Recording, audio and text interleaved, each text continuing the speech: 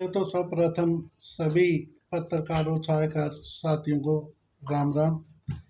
आज का जो मेन विषय है यह है, मैं 30 सालों से बड़े राजनीतिक घरानों के लिए वोटें भी मांगी, पूरी राजनीति करी। मैं शुरू में इंडियन नेशनल लोक दल का 6 बार युवा का प्रधान रहा। कैथल में तो कोई दूसरी बार नहीं बनया था और हरियाणा में कोई तीसरी बार नहीं बनया था। मैं लगातार 6 प्लान यूथ का प्रेसिडेंट रहा इंडियन नेशनल लोक दल का। आप साथियों को भी खूब पता है और लोगों को भी पता है कि मैंने पार्टियों के लिए और आम जन की कितनी आवाज़ें उठाई हैं। फिर उसके बाद मैं अब इंडियन नेशनल लोक दल को छोड़कर दुष्यंत जी के साथ लग गया था जेजेपी पार्टी में। इसमें भी पहले मेरे को युवा का जिला प्रधान बना गया और अब मैं बाद में किसान सेल का जिला का प्रधान रहा।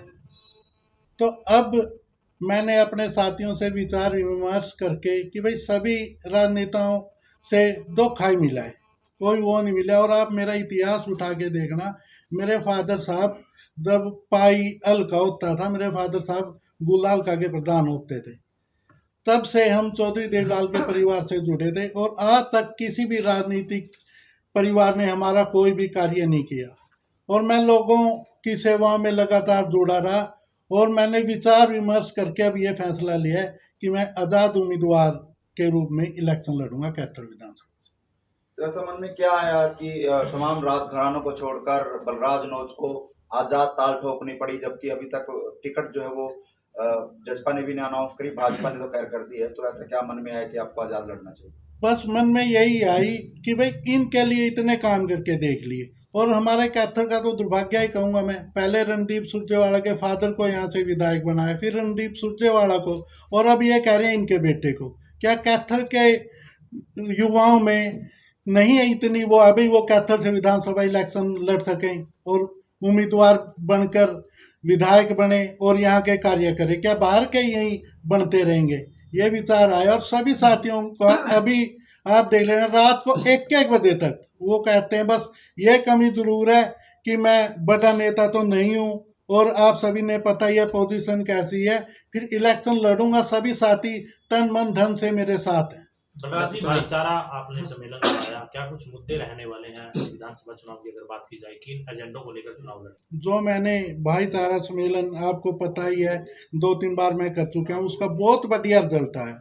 उसमें मैंने एक वादा किया था, भी मैं प्रेस कॉन्फ्रेंस के माध्यम से आपको बताना चाहता हूँ कि मैं आए मंगलवार को पीडब्ल्यूडी रेस्ट हाउस में बैठ के समस्याएं सुने करूँगा। फिर हाईकमान से मेरे पास आदेश आए कि भाई आपने जिला प्रधान या किसी के भी खिलाफ यहाँ बैठ के कोई समस्याएं नहीं सुननी। फिर मैं अपने ऑफिस में बैठ के जो भी लोगों की समस्या छोटी मोटी आती थी मैंने सभी का समाधान करवाया। तो इसी उससे अब बढ़िया रिस्पॉन्स है मेरा। और मैंने अगर किसी पार्टी की तरफ से आपको ऑफर आता है? नहीं, ऑफर पार्टियों से आ भी रहा है, फिर साथियों ने यही मन बना लिया भाई आज़ाद का ही करेंगे। तो नॉमिनेशन कब फाइल करोगे? नॉमिनेशन मैं 12 तारीख को करूंगा, अनाज मंडी में इकट्ठे होके फिर सेक्रेट तक आएंगे। चुनाव ही लड़ना था तो जेजेपी क्यों नहीं चुनी? जेजेपी में तो अभी खुद वो इस्तीफा नहीं दिया। बस इस्तीफा वाली ये हमने दुष्यंत जी के साथ एक वादा किया था, भाई साहब आपके साथ लगे हैं तो जिंदगी भर रहेंगे। तो ऐसी बात पे हम तो खरे उतरे, हम उनकी कोई भी उसके खिलाफ कुछ नहीं कहना चाहूँगा। मैं अपनी बात पे अमल किया और पूरा खरा उतरा। वो नहीं उतरे वो जान। पार्टी के पदों से? हाँ, पार्टी के पदों से तो मैंने इस्तीफा, तो क्या बस समझ ही लो आप, मैं किसी की वो नहीं करना चाहता। नहीं, समझ गया, मतलब इस्तीफा दे रहे हो पार्टी के? हाँ, पार्टी के उससे तो इस्तीफा ही है जब आजाद का कर दिया। तो बलराज जी, जिस तरह से अगर सामने अगर बात करें तो रणदीप सिंह सुरजेवाला के परिवार से उम्मीदवार होंगे और वहीं भाजपा ने कल जो है विधायक लीलाराम को मैदान में उतार दिया। तो इन दोनों बड़े बड़े घरानों से, बड़े बड़े नेताओं से कैसे पार लगा पाएगा और किस तरह से जो है आगेगामी तैयार की जाएगी? आगे की मैं एक मुद्दा तो मेरे पास ये है, जब ये जाते हैं रणदीप सुरजेवाला जी ने तो गांव में नरवाना के लोग छोड़ रखे हैं, 4-4-5 हर एक गाँव के साथ। वो जाते हैं या लीलाराम जी के जाते हैं, वो कभी भी किसी से यही नहीं पूछते बताओ भाई तुम्हारी समस्या है क्या। अब वो इलेक्शन के टाइम तो आ जाते हैं, वैसे वो लोगों के बीच नहीं रहते। अभी भी क्या पूछते हैं, लोगों की समस्या नहीं पूछते, भाई आपके घर में किस चीज़ की कमी है, कोई बीमारी बमूरी की, बस ओनली अभी ये वोटों के मारे ये पूछेंगे शराब चाहिए। भाई शराब से थोड़ी काम होगा। आप लोगों के जानिए, किसी को दवाई की ज़रूरत है उनकी वो करो। और अभी वही है बरसाती मेंढक वाला काम है, अभी ये आगे बाद में फिर चले जाएंगे, किसी की कोई पूछताछ है ही नहीं। कोई सामाजिक चेहरा या कोई बड़ा चेहरा आपके साथ है इस समय कोई? जी है, वो 14 तारीख को मेरे साथ भाईचारा सम्मेलन में रहे हैं, वो बाहर जा रहे हैं, 14 तारीख को आ जाएंगे और फिर हम एक प्रेस कॉन्फ्रेंस और करेंगे। कैथल के इतिहास में निर्दलीय को बहुत कम पसंद करते हैं, यहाँ पार्टी के कैंडिडेट को ही प्राथमिकता दे रहे हैं लगातार निवासी। बिल्कुल दे रहे हैं। फिर मैंने हकों की लड़ाई बहुत, जैसे अपने ये पुल बना था इससे वो गिरे थे, उसमें मैं 1-2 बार अंदर भी गया आंदोलनों में, और मेरे खिलाफ मुकदमे दर्ज भी बहुत हुए हैं। फिर ऐसा कुछ नहीं है, आप लोग देख लेना 12 को नॉमिनेशन में, आप जोश देख लेना युवाओं में और बुजुर्गों में कितना जोश है, और महिलाएं ज़्यादा आएंगी। उसके बाद बिल्कुल हर एक गांव से बढ़िया रिस्पॉन्स है। 20 तारीख लग अपने आप वो हो जाएगा, जो मैं लोग इनको नहीं पसंद कर रहे। तो क्या किसी को क्या भाजपा और कांग्रेस में सेंधमारी की भी तैयारियां शुरू कर चुके हैं? कोई बड़ा नेता आपके साथ आ सकता है?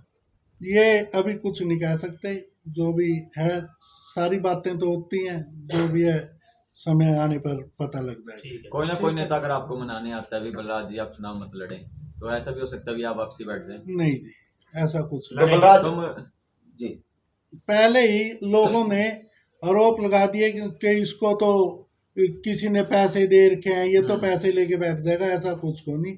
बलराज अपने ईमान की लड़ाई लड़ रहे हैं, और आज तक बलराज कभी बिका ही नहीं। लोगों से क्या अपील रहेगी आप?